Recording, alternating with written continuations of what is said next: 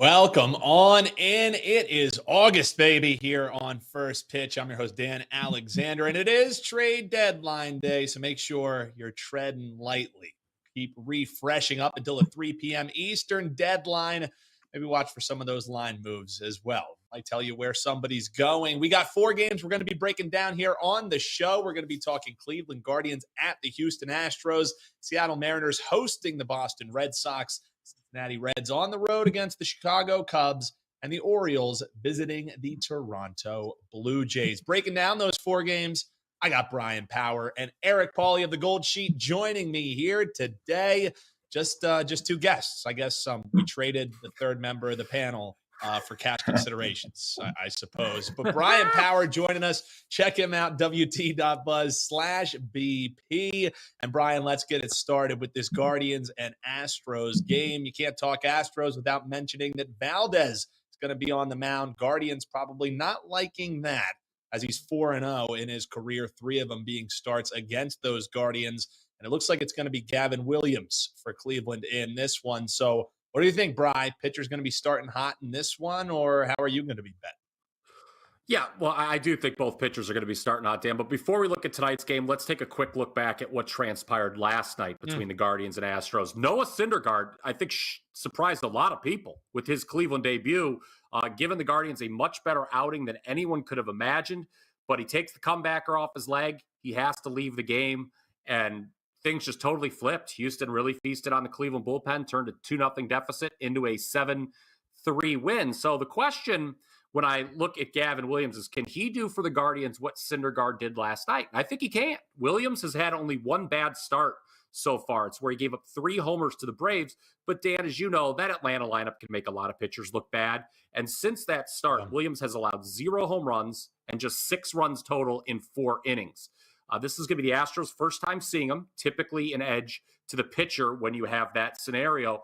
And then the problem, though, for Cleveland is this is a weak-hitting team. As we all know, dead last in MLB in home runs hit this year, 12 fewer than any other team. I know Tuesday's starter for the Astros, as you mentioned, is Valdez. Dan, he has struggled with the home run ball his last few starts, but you brought up the 4-0 record lifetime against Cleveland. He's also been much better at home than on the road. We're talking a 2.74 ERA and a 1.08 whip in 12 home starts this year for Valdez. So with my expectation that both starters are going to come out and pitch well, I'm going to go first 5 under 4.5 here. The big reason I would want to limit this underplay to the first 5 is because the Guardians' pen, as we saw again last night, far worse on the road than at home. ERA, about 2 full points higher on the road compared to at home. And Williams does not make it past the 5-inning mark very often. So let's take the under here, but limit it to the first 5. Looking at the under here in the first 5 pitchers, starting out nicely. And the Astros and Guardians, says my man Bryan Powers. As we mentioned, Eric Pauly, check him out, wt.buzz/GS. That's not his initials. It's because it's the Gold Sheet, goldsheet.com as well. And Eric and I, fresh off of recording an NFL preview video you can find right here on WagerTalk TV and Gold Sheet TV coming later today. But as much as we want to, EP, we're not here to talk football. We got the Reds and the Cubs you want to take a look at. And the Reds plus money yesterday. And they grabbed another one against the Cubs. And we see them back as a dog tonight. So what is it? They're looking to make it 5 straight wins in Chicago. You think they do that at a nice dog price? Yeah, so today being deadline day, today is not the day of all days to, be overexposing your bankroll, especially earlier in the day, doing things like player props, especially like today's Dinger Tuesday for FanDuel, where, you get bonus bets back if you bet somebody to hit a home run in certain games. But with their rule set, their house rules, the bet does not void if they do not start. So today is a day to kind of wait until around 6 p.m. because that's when the deadline is, 6 p.m. Eastern. See which lineups are confirmed, because any confirmation you might get for a lineup right now might not be the same thing in literally 4 hours from now. So definitely a day to kind of take a step back. But looking at this Reds-Cubs game, this is a situation where the Cubs have made it clear that they're not going to sell. They said they're not letting Cody Bellinger go. They actually ended up buying Jameer Candelario from the Nationals, who is probably one of the only bats who might be moved.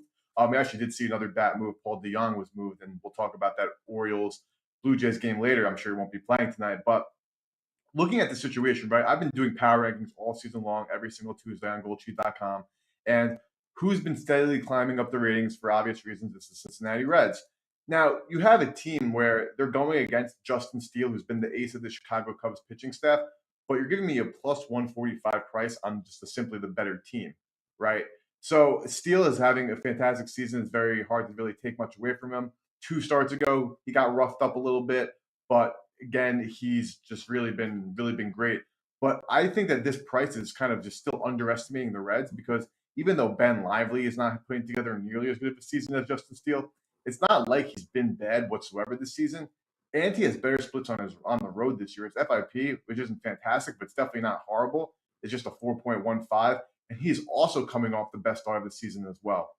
Also, to note for this matchup is the Ballpark Pal is telling me that the conditions at Wrigley is going to be kind of winds blowing in a little bit today at Wrigley. Obviously, there's some time for that to change, but right now, not expecting this to be an offensive game.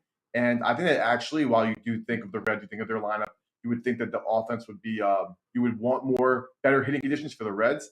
But I actually don't think that that's the case, because I think that would open more doors for Chicago to stay into this game rather than for the Reds to just, do what they do, get some hits and be the better team. So I could never lay the 150 with Chicago, even with Steele going. I would much rather take the plus 145 with the Reds. And again, on a day where taking it light's the theme of today, I would say, I would definitely give me the better team at the plus money here.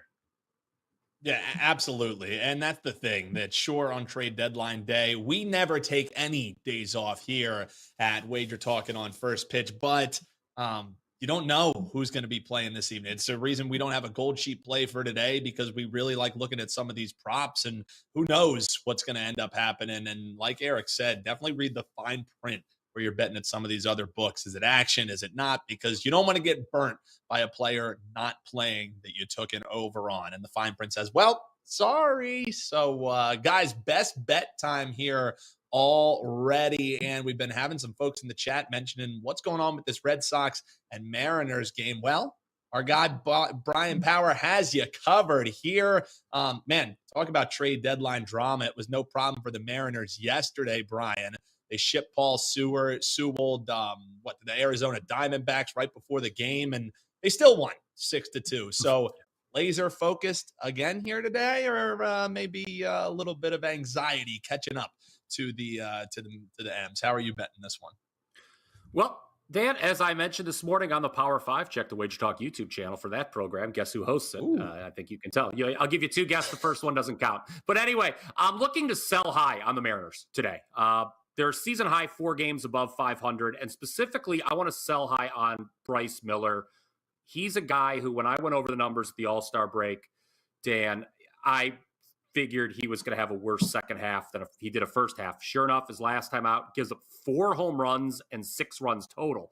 Now, Seattle still won that game, but it doesn't alleviate my concerns with Miller. Now, you look at Boston's offense. We all know they score fewer runs per game on the road than they do at Fenway. We saw it again last night. As you mentioned, they take the loss 6-2. But I don't think they're going to need to score much here with Brian Bayo on the hill. 15 of his 17 starts this year allowed 3 earned runs or fewer. He's given the Red Sox at least 6 innings in 8 of his last 9 starts. And remember what you just said, the Mariners just dealt their closer. So the bullpen is weaker now. They did give up a run in the top of the 9th. Didn't hurt them, but it's something worth noting. And despite the final score last night being 6-2, guys, the Red Sox had more hits. The problem was they were just unfortunate to go 2 for 11 with runners in scoring position. That's one of those stats that so often can determine the outcome of these games. I'm selling high on Seattle here, Dan, that they have not been this far above 500 all year. I like the Red Sox. I like the pitching matchup. I don't like that the Mariners bullpen is weaker. Best bet for the show today, Red Sox get it done.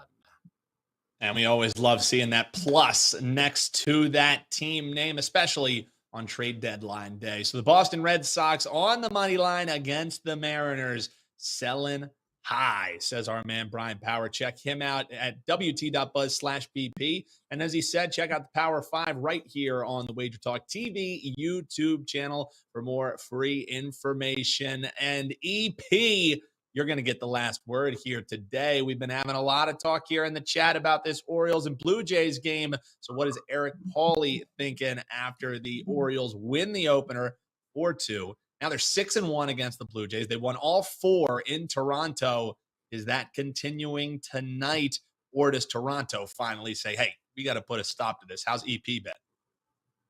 So the Blue Jays, if I were a Blue Jays fan or just even like in the clubhouse, I'd just be very frustrated. I mean, all last series against the Angels, of course, they ended up doing well in that series, but they leave runners on scoring position. I don't have any numbers in front of me right now, but it seems like probably at the worst rate of the league, the way that they're incapable of knocking in those runs. So what did they do today? They actually just made a trade for Paul DeJong from the St. Louis Cardinals. Again, don't think he'll be in any lineups tonight whatsoever, but just to put some perspective is that the Blue Jays, the way that they're sitting right now, they know that they're not good enough to really make a stretch run with who they have. They know they need to acquire some players, which they already have done today, and which they might not be done doing that at all.